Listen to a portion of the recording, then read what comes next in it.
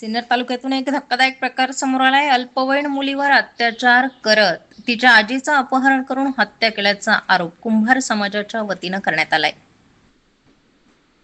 सिन्नर तालुक्यातील दोडी येथे अल्पवयीन मुलीवर अत्याचार झाल्यानंतर तिच्या कुटुंबियांवर दबाव आणण्यात आल्याचा दावा करण्यात आलाय।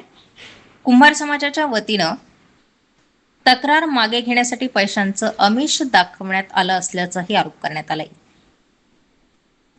या आमिषाला नकार दिल्यानंतर पीडित मुलीच्या आजीचं अपहरण करून तिची हत्या करण्यात आल्याचंही निवेदनात नमूद करण्यात आलंय।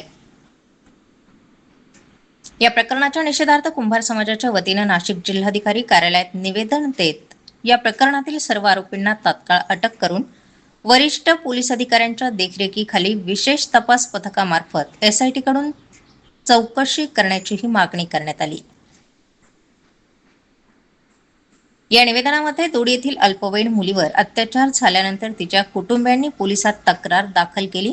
यानंतर प्रकरण मागे घेण्यासाठी 3 लाख रुपयांची ऑफर देण्यात आल्याचा दावा करण्यात आलाय। मात्र पीडितेच्या आजीने हा प्रस्ताव नाकारल्याने आजीचं अपहरण करून तिची हत्या झाल्याचंही निवेदनात नमूद करण्यात आलंय। या आजीचा मृतदेह सापडल्यानंतर तो शवविच्छेदनासाठी नाशिक जिल्हा शासकीय रुग्णालयात आणण्यात आल्याचंही नमूद करण्यात आलंय। दरम्यान पीडित कुटुंबियाच्या नातेवाईकांनी सिव्हिल हॉस्पिटल समोर रास्ता रोको आंदोलन करत त्वरित कारवाईची मागणी केली आहे।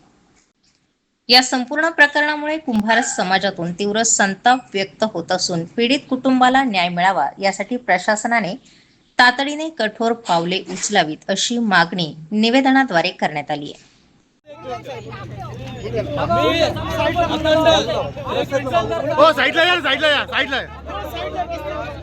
आज दोडी रापूर या ठिकाणी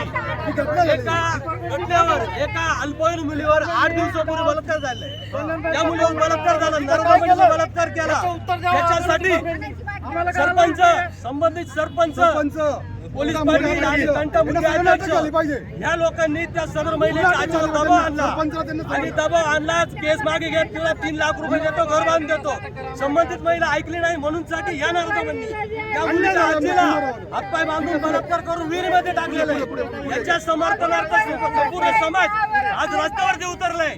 रस्त्यावरती समाज उतरलेला असताना संबंधित पोलीस अधिकारी आम्हाला आंदोलन सुद्धा करून देत नाही। समाज लोक अशी मोजणी करत आहे आणि सदर आरोपी आजही करतात।